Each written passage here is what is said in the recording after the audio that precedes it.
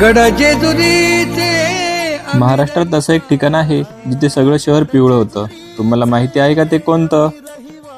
तर नमस्कार मित्रांनो, आज आपण आलो आहोत जेजुरी गडावर खंडोबा महाराजांच्या पवित्र मंदिरात आणि आजचा संपूर्ण प्रवास मी तुम्हाला दाखवणार आहे.